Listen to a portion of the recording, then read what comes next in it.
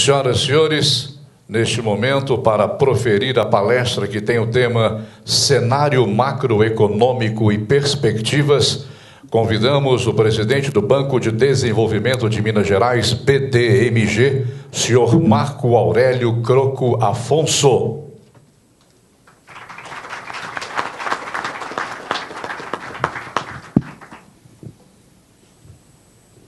Boa noite, já não é noite, né? Boa noite, eu queria inicialmente agradecer o convite do Corecon, a pessoa do Pado, de poder estar fazendo essa palestra aqui, com muita satisfação. Eu já fui presidente da antiga Sociedade dos Economistas, lá na Curitiba 777. Paraíba, perdão, Curitiba é onde eu estudei e trabalhei muito tempo, que é a Faculdade de Ciências Econômicas. Paraíba 777, na Casa dos Economistas. Então, é muito prazer e satisfação que eu venho aqui falar nessa solenidade. Em nome do Pado, eu cumprimento os membros da mesa e os demais economistas presentes. Hoje, eu vim aqui falar de um tema, cenário macroeconômico e perspectivas, e eu confesso que hoje, até por volta de 13h, eu estava decidido a não falar sobre macroeconomia e falar de outras coisas, que eu acho que são muito mais importantes hoje, dados os acontecimentos, e têm implicações econômicas de longo prazo, e principalmente para quem estuda desenvolvimento econômico, igual originalmente eu estou presidente do BDMG, eu sou professor de desenvolvimento econômico, e lá a gente empreende que instituições e respeito às instituições é fundamental para você pensar ao longo prazo. Nenhum país cresce, por melhor que seja a política econômica, se você não tiver instituições sólidas. E o que nós vimos hoje foi um atentado, e vemos assistido de uma determinada forma, um atentado a várias instituições, e entre elas, e principalmente, o direito de defesa, o direito da presunção de inocência, e o direito de que as pessoas possam se defender livremente, sem ter necessidade de ser julgadas antecipadamente. Nesse ponto, eu acho que a ditadura era mais transparente. Ela te prendia, ela te matava, e você sabia onde estava o inimigo. Hoje se constrói um país onde você mata, não importa a culpa não está. Nós vamos condenar antes, vamos matar a reputação de uma pessoa pela imprensa, e depois se condenar, pouco importa, ela já está morta. Enfrentar a ditadura era muito mais fácil do que enfrentar uma situação dessa. Pelo menos a ditadura estava ali e falou: eu sou o teu inimigo, eu vou te prender, eu vou te matar. Hoje não. Hoje existe uma falsa moralidade, uma falsa institucionalidade. Mas eu me acalmei e vou tentar falar um pouco sobre cenário macroeconômico e perspectivas.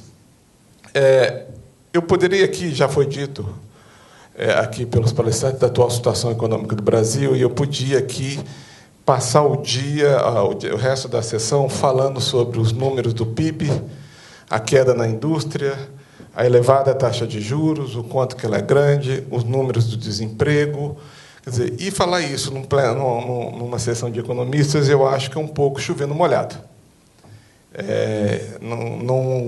Eu acho que o mais importante hoje não é constatar que nós estamos em crise, a pior crise desde 1996, desde que a nova metodologia do PIB foi instalada, uma crise que ameaça desemprego, renda, etc. Todo mundo sabe disso. Nós temos que tentar entender como nós chegamos aqui, e para entender como e quais são as possíveis saídas e perspectivas que a gente tem. Então, é nesse sentido que eu vou tentar falar um pouco aqui e tentar esclarecer, ou pelo menos apresentar o meu ponto de vista de como nós chegamos aqui, o que tem, e olhar para trás para ver o que tem nesse trem que nos levou até aqui, onde que ele errou, por que errou, o que serve para a gente continuar, o que não serve para continuar. Então, em primeiro lugar,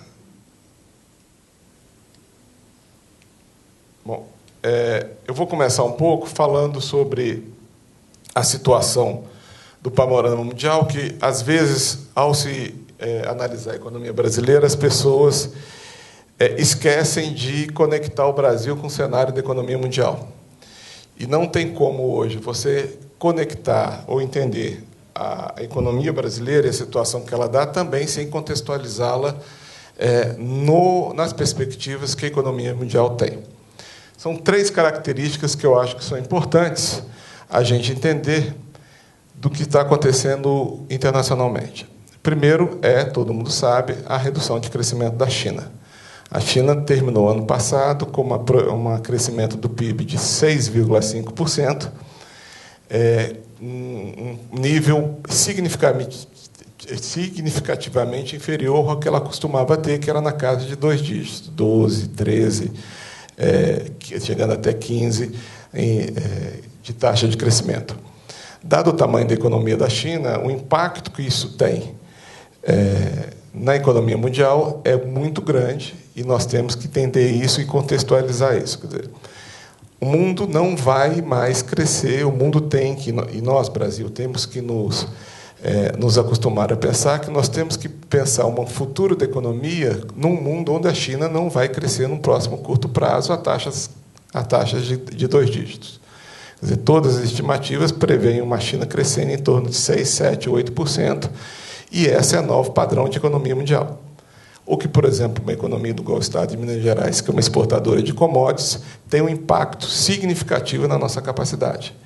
Então, o grande boom do super ciclo de commodities, onde que permitiu a economia, e principalmente estados exportadores de commodities, crescerem a taxas crescentes, não vai mais existir.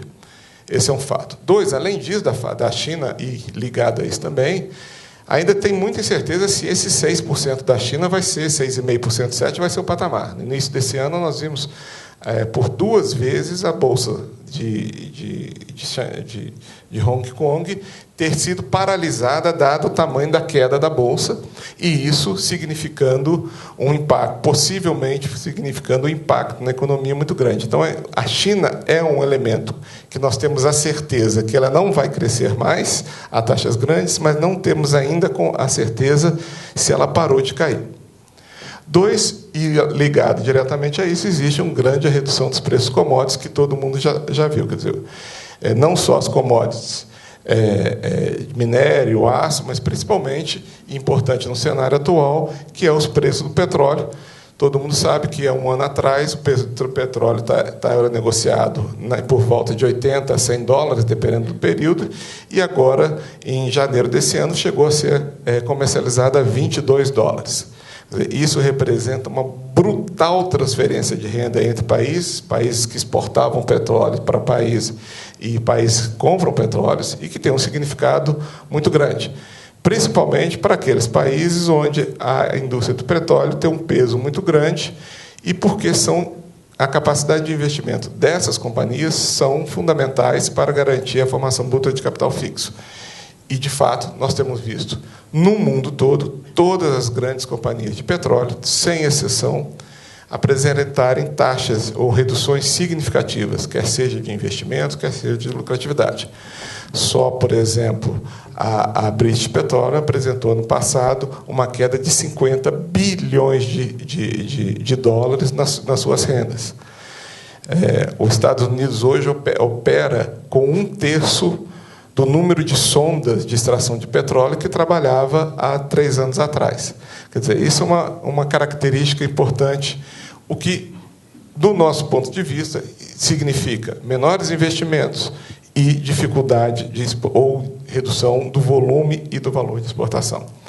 E também nós temos aqui a deteriorização das perspectivas de crescimento dos países avançados, Estados Unidos, que vinha alimentando uma possibilidade de uma recuperação mais lenta, passou o ano de 2015, todo ele não concretizando a expectativa de crescimento que se esperava. Quer dizer, o mundo todo viveu 2015 esperando quando é que o Fed americano vai ou não vai aumentar a taxa de juros.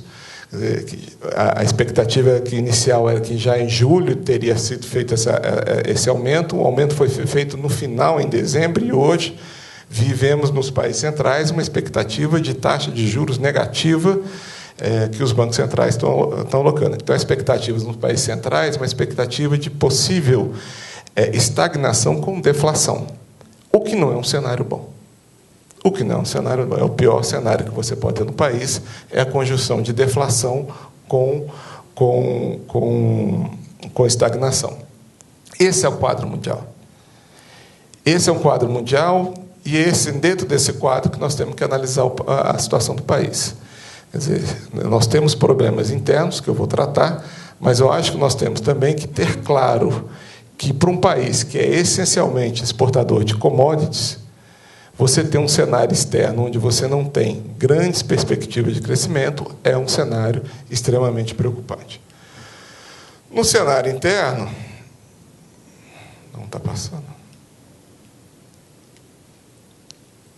No cenário interno, eu acho que, para entender um pouquinho a situação atual, quer dizer, esses dados que eu estou supondo que todo mundo entenda, eu estava querendo fazer um pouco, voltar para entender como é que nós chegamos nesse estado.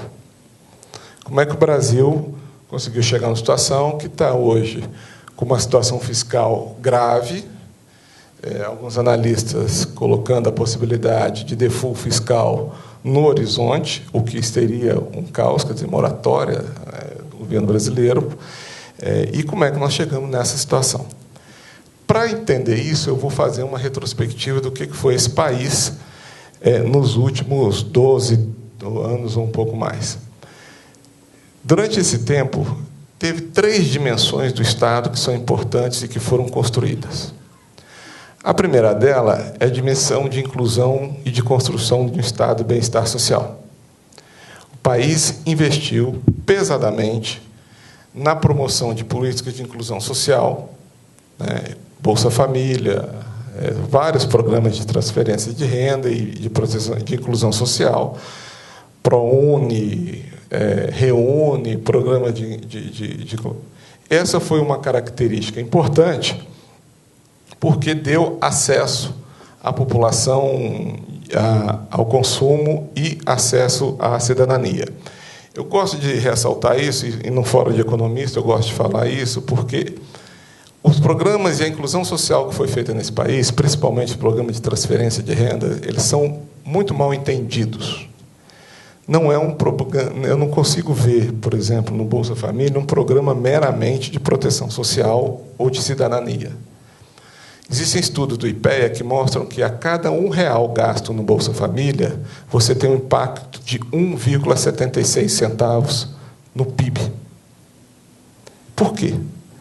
Porque dar renda para pobre é você injetar dinheiro na economia.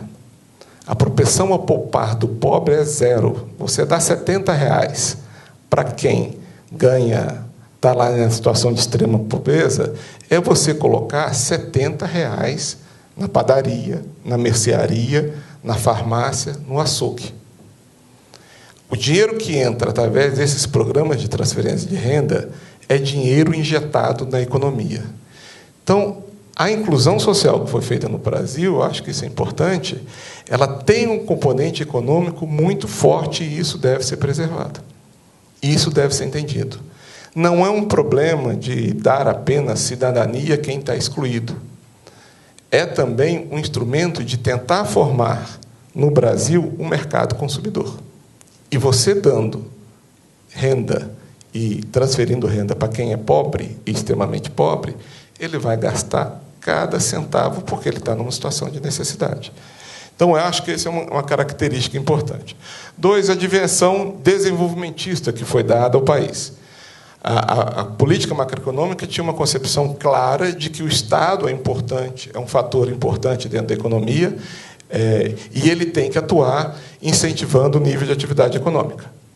Essa foi a escolha, e isso se refletiu em uma série de políticas de investimento que foram efetuadas, como Minha Casa Minha Vida, o programa UPAC, o programa de desonerações que foram efetuados, o programa de juros subsidiados. Essa é uma tentativa de facilitar ou estimular o desenvolvimento econômico através da redução do crédito para que a iniciativa privada invista, ou através do próprio Estado investindo e aí gerando nível de atividade econômica. E, além disso, e aí uma outra dimensão, é o que eu estou chamando ali de Estado intervencionista, mas é uma dimensão intervencionista que foi muito característica principalmente do primeiro mandato da presidente Dilma, que foi o controle de preços administrados, notadamente gasolina e energia, numa tentativa de diminuir o custo de produção e isso estimular investimentos em nível de atividade produtiva. Essas três características que resultaram... Deixa eu só passar um pouquinho. Essas três características que resultaram... Deixa eu voltar primeiro. Do ponto de vista social, um avanço significativo. Quer dizer, em 2012, o Brasil foi retirado do mapa da fome. Tem uma série posso listar aqui uma série de indicadores sociais que mostram que o Brasil, de fato, cresceu nesse sentido. Determinou essa dimensão desenvolvimentista, determinou um aumento significativamente do volume de crédito, principalmente o volume direcionado, tá? O crédito direcionado. O negócio aqui está difícil. Determinou, como vocês veem, um ciclo de crescimento da formação bruta de capital fixo que não se via há muito tempo. Isso é investimento, isso é capacidade instalada. Uma taxa de desemprego, uma redução praticamente quase ao nível de pleno emprego, ali, se você considerar o que é a taxa natural de desemprego da economia, eu não sei quanto que tem macroeconomistas que gostam de calcular isso, eu não sei qual é, mas uma redução significativa do desemprego. E, como já disse aqui, foi dito aqui, Gente, eu aperto, pula 2. Um estoque de formação de empregos formais muito grande, quer dizer, 18,5 bilhões de postos de trabalho formais criados em 2013 e 2015. Além de desestruturar economicamente, principalmente o setor elétrico como um todo, a tarifa segura, quando você soltou e foi corrigir esse desequilíbrio, você gerou uma inflação de preços administrados muito grande, né? Então, nós temos um Estado que optou por esses modelos, e esses modelos teve duas consequências graves. Uma, que foi a inflação, que quando você vai corrigir o Estado intervencionista, você gera uma inflação muito elevada, né? E segundo, teve problemas que todo mundo sabe, que, infelizmente, a taxa de crescimento da economia não foi suficiente para você continuar por um período maior com essa política, com esse tamanho de gasto. Quer dizer, se a economia tivesse crescido, a taxa de crescimento possibilitando uma arrecadação maior que sustentasse esse volume de gasto, não teria um problema. O problema é que a economia mundial não cresceu, não voltou a crescer, desde 2008 que ela está patinando, e você teve que aí um desajuste significativo nessa composição, principalmente no orçamento fiscal do Estado. Então, você tem uma política macroeconômica que, se por um lado conseguiu gerar emprego, conseguiu gerar crescimento, conseguiu gerar inclusão, ela gerou um déficit público que tem que ser olhado, que não pode ser negado, e não conseguiu gerar e manter um nível de atividade econômica suficiente para que a arrecadação acompanhasse. Bom, o que foi feito quando se esgota, e aí que é o problema? Quando se esgota esse modelo, né, qual foi a medida? Isso fica muito claro no início do governo, do segundo mandato da presidente Dilma. Qual foi a estratégia adotada? A estratégia adotada, no meu ver, foi negar, jogou-se fora o bebê com a água suja. Eu faço esse retrospecto aqui para tentar mostrar que é o seguinte: existiu uma política macroeconômica dos últimos 12 anos que apresentou resultados que são poucas vezes comparáveis na história brasileira. Então, nós estamos num ano, 2015, é um ano onde você tem o esgotamento disso, e o que aí é, de fato, uma crítica muito pesada ao primeiro ano da presidenta Dilma, foi uma política macroeconômica que não soube diferenciar o joio do trigo. Na verdade, ao tentar corrigir o problema de desbalanceamento das contas públicas, jogou-se fora toda a matriz econômica, macroeconômica que estava embutida dentro dela. E aqui nós temos que entender duas coisas. Primeiro, a política monetária, já foi dito aqui, adotou-se uma perspectiva que nós íamos corrigir a inflação, e a inflação ia voltar para o centro da meta em apenas um ano, e, para isso, utilizou-se um mecanismo de aumento de taxa de juros de uma forma equivocada. Equivocada por quê? Porque a inflação não estava nos preços influenciados pela demanda. A inflação estava nos preços administrados, como está mostrado ali. Então, não adianta você aumentar a taxa de juros, porque a inflação foi determinada pelos preços administrados e também pelos fatores de indexadores que nós temos hoje na economia brasileira. Quer dizer, isso não são fatores que são corrigidos pela demanda. Então, não adianta aumentar a taxa de juros. Não adianta se reduzir o consumo, que o impacto do aumento da tarifa de energia está lá, ninguém não vai mudar isso. 2, e o segundo foi o componente fiscal. Porque aí confundiu-se gestão responsável do orçamento com política de austeridade pela austeridade, e nós vamos continuar buscando austeridade.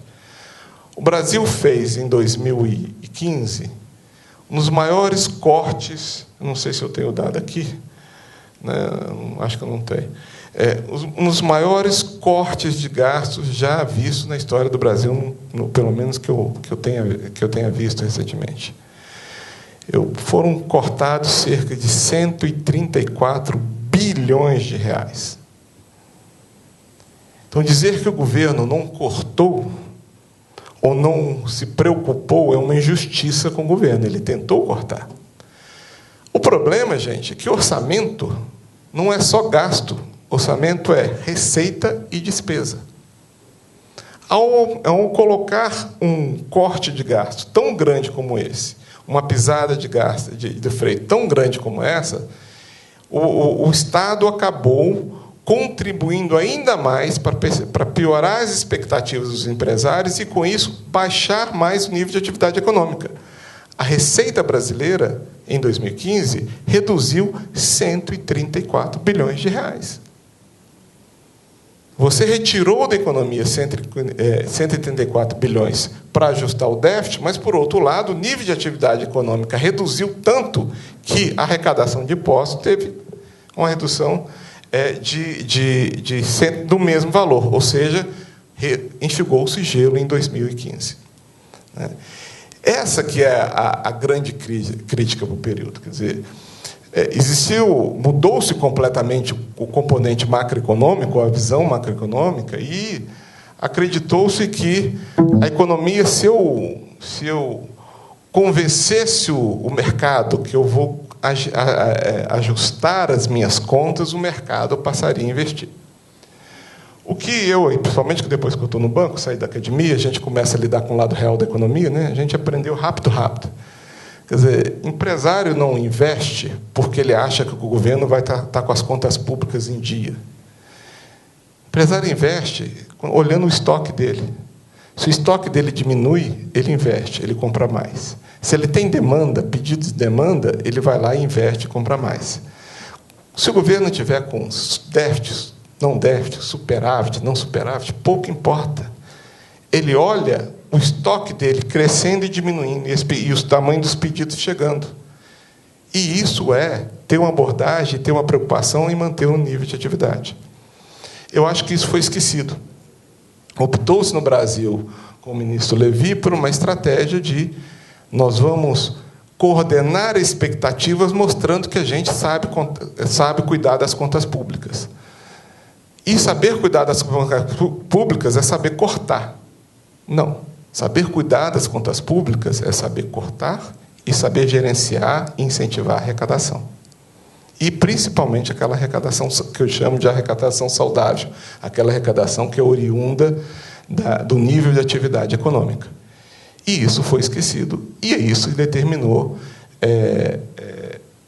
grande parte dos problemas contribuiu para os problemas que nós já tínhamos. Nós tínhamos um problema de déficit, Nós tínhamos um problema de redução do nível de atividade da economia mundial, e a isso se somou uma política econômica do governo que foi extremamente procíclica.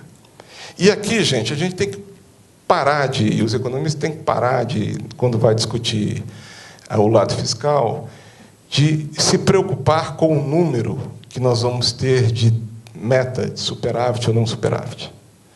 Você tem uma meta de superávit de 3% do PIB, você pode obter isso com 30% de receita sobre o PIB e 27% de despesa em proporção do PIB. O superávit é 3%. Você pode alcançar os mesmos 3%, tendo 10% de arrecadação como proporção do PIB ou 7% de despesa como proporção do PIB. O que está por trás disso? Por trás disso está um tamanho de economia. Uma que é capaz de gerar 30% do PIB de arrecadação e outra que é capaz de gerar apenas 10%. E, por outro, um tamanho de Estado. Um Estado que gasta 27% do PIB, que pode ser um Estado que esteja gastando com polícia, educação, saúde, inclusão, em ciência e tecnologia, ou um Estado que gasta 7% do PIB. E é um Estado que vai gastando, que é o famoso Estado mínimo.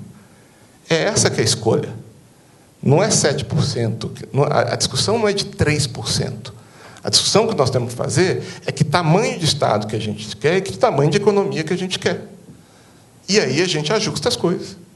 Nós queremos um Estado onde está a inclusão social, onde o Estado que dê acesso à população, dê saúde, emprego, vai custar. Eu vou ter que gastar uma proporção do PIB maior.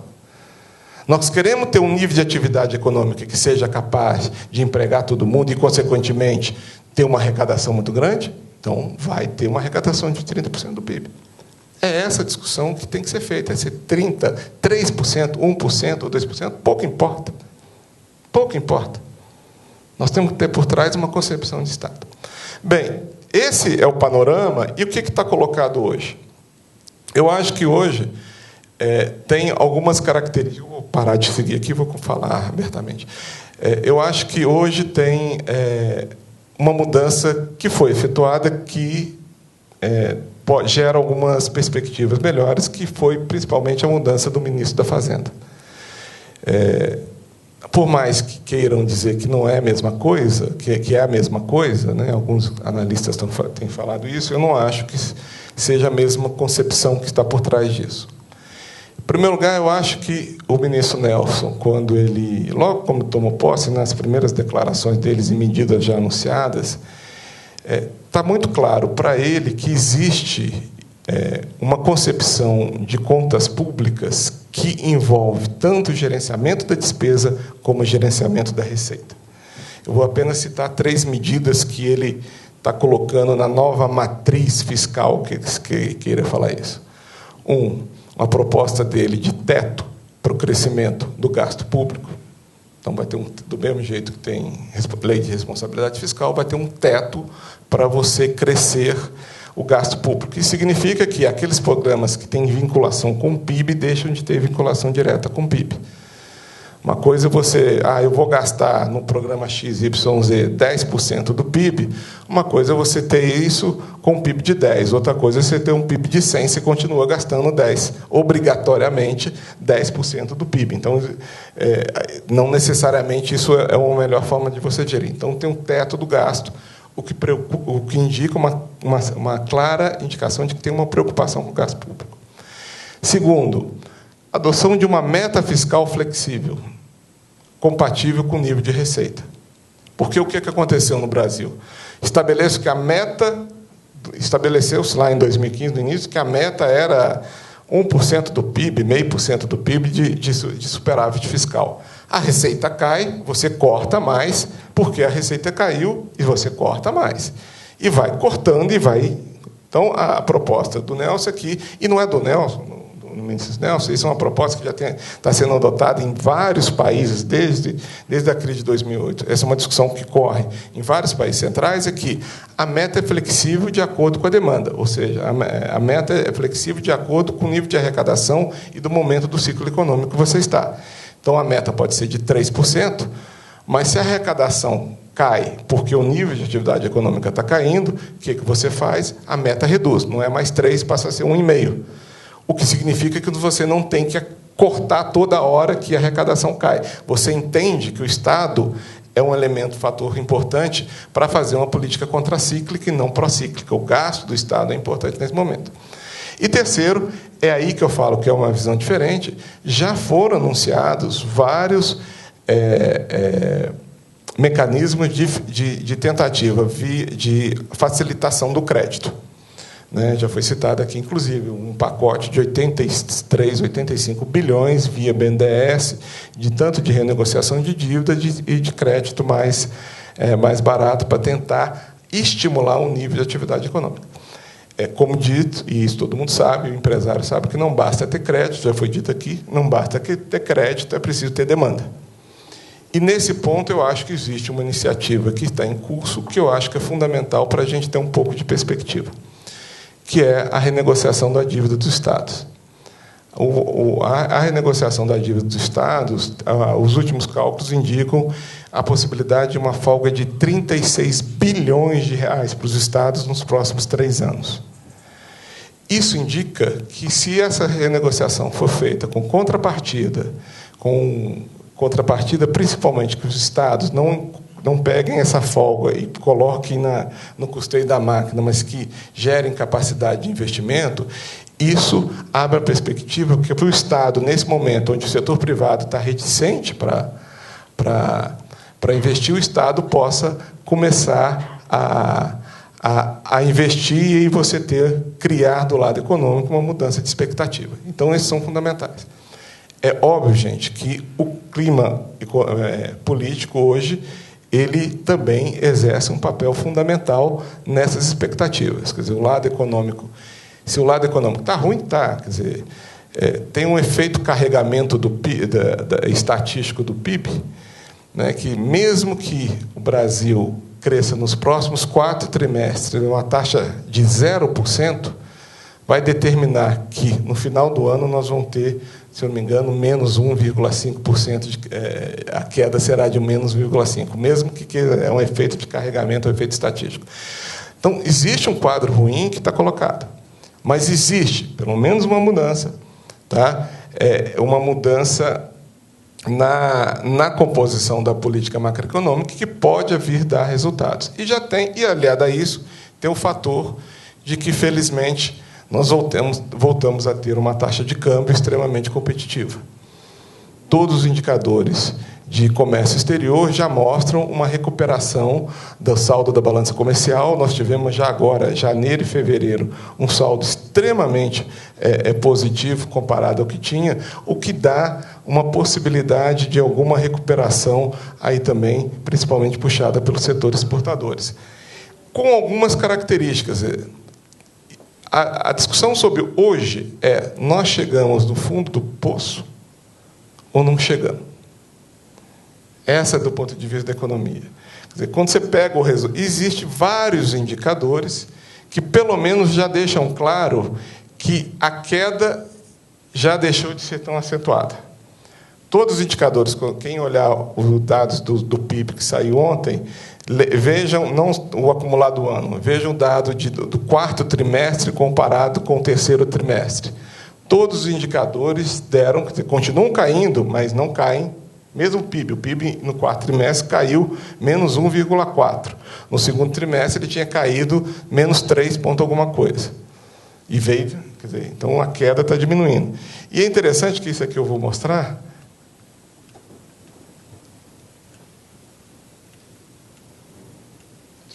Aqui, não vou entrar em Minas.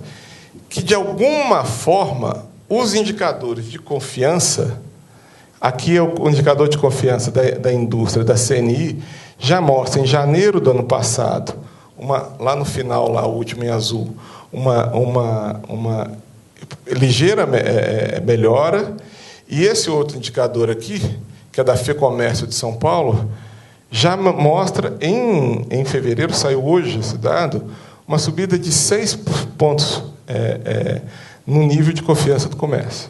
Então, os próprios setores, tanto industrial, já começa a ter uma... É óbvio, gente, que isso tudo tem um componente que influencia tudo isso, que é componente político. É engraçado que todos os indicadores de confiança melhoraram quando o Congresso estava fechado, que foi dezembro e janeiro. Aí parou a polêmica no Congresso, parou a disputa fratricida que tem no Congresso, e os indicadores de confiança, parou a campanha de notícia ruim na imprensa, né? E aí você, como diz um blogueiro, né, desliga a Globo que a vida melhora. Você para de ver notícia ruim todo dia e você vê. Então, o componente político ele é determinante. Ele é determinante. Ele é determinante, gente, porque é o seguinte, nós passamos um ano se vai ter impeachment ou não vai ter impeachment. Para qualquer empresário, isso é determinante para você saber se você vai investir ou não. Qual política econômica que vai vigorar nos próximos 4 anos. Enquanto essa pauta tiver, você tem um grave problema de formação de expectativa. Um grave problema de formação de expectativa. Quer dizer, para o empresário, ele tem que ter estabilidade de expectativa de horizonte para ele poder investir. E aqui, eu vou me dar... eu não costumo expressar opinião pessoal, mas aqui eu vou expressar uma opinião pessoal. Eu tento ser o mais... evitar o debate político, mas hoje eu não vou me eximir disso, não. E aqui nós temos que ter claro o seguinte... Quais são as consequências de longo prazo do que está acontecendo hoje no país? O setor empresarial gosta muito de dizer o seguinte: nós temos que respeitar os contratos. Os contratos não podem ser quebrados. A regra que combinou no início do contrato tem que valer até o final do contrato. Eleição é um contrato. É um contrato com a sociedade. Se você rompe a regra máxima de um país, que é as regras com a qual você escolhe o seu governante, qualquer outro contrato está em jogo. Qualquer outro contrato está em jogo. Isso tem dito, indiretamente, pelo Financial Times, pelo The Economist, pelo Wall Street Journal, quando analisam a crise brasileira. Quando eles analisam, eles não gostam do governo brasileiro, diga de passagem, mas a grande preocupação deles é qual a consequência de longo prazo num país que não respeita a regra para a eleição do seu presidente. Qual empresário estrangeiro que vai vir para esse país e investir nesse país, quando ele sabe que naquele país as regras não valem nada, elas podem ser mudadas a qualquer hora. E essa é a mensagem que está sendo dada para o exterior. Caçar um presidente sem um crime de responsabilidade claramente detectado é romper um aparato institucional muito sério, é enfraquecer instituições. E não existe desenvolvimento sem instituição, gente. Não basta ter política econômica, tem que ter regra, tem que ter instituição que fiscaliza, que gere, que garante a normalidade da atividade econômica. E nós estamos hoje, e passamos 2015, brincando com instituições. E, ao brincar com instituições, não é o curto prazo que está pagando. Aliás, eu tenho dito até que 2015 é muito engraçado. Os trabalhadores com desemprego, o empresário com o seu nível de atividade, o único que não está pagando com a crise política é aqueles que têm 4 anos de mandato garantido, porque o emprego deles está garantido nos próximos 4 anos. O resto da sociedade está pagando. O resto da sociedade está pagando. Eu, pela primeira vez na minha vida, pelos motivos errados, eu estou sendo pró-parlamentarismo. Porque se nós fosse parlamentarismo hoje, caiu o presidente, caiu o Congresso, tinha novas eleições. Mas como não é, é possível você ter alguém que tem 4 anos, e eu dou esse exemplo aqui, porque para mim a variável de economia mais importante é desemprego. Essa é a variável mais importante. Quem está gerando a crise, ou quem está colocando combustível na crise, tem 4 anos de salário garantido todo final do mês, que são uma parcela política, uma parcela significativa do setor político. Então, essa é um pouco a a ideia da coisa, eu, de novo, volto a dizer, estamos em crise, temos uma crise econômica séria, que não vai ser solucionada a curto prazo, mas que temos que saber entender que, se a gente não, e aí eu acho fundamental, não olhar para trás e ver que nós construímos um período longo de crescimento econômico. Por quê? Porque o Estado ele teve a capacidade de incorporar pessoas no mercado de trabalho, incorporar pessoas que não eram consumidores e torná-las delas consumidores, de incentivar a indústria, mesmo que tenha cometido o erro de ter exagerado nisto, não na inclusão, talvez na intervenção, no Estado desenvolvimentista. Talvez o volume de subsídio foi excessivo, pode ter passado da conta, não ponderou o volume de desoneração ou de subsídio com o nível de arrecadação existente. Ok, então errou não no medicamento, mas sim na dose do medicamento. Que errou ao intervir em preços igual ao conter e fazer a intervenção e reduzir os preços de energia elétrica e combustíveis. Agora, não é julgando essa matriz fora e negando ela que nós vamos recuperar. Porque a outra matriz que está sendo posta, que é a matriz da austeridade pela austeridade, está provado no mundo inteiro que não deu certo. A Europa está em crise, com baixo crescimento econômico, desde 2008.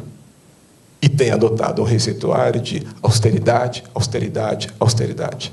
E está dando. Pergunta aos 25% da população jovem espanhola que está desempregada se valeu a pena essa política econômica. Tá? Obrigado.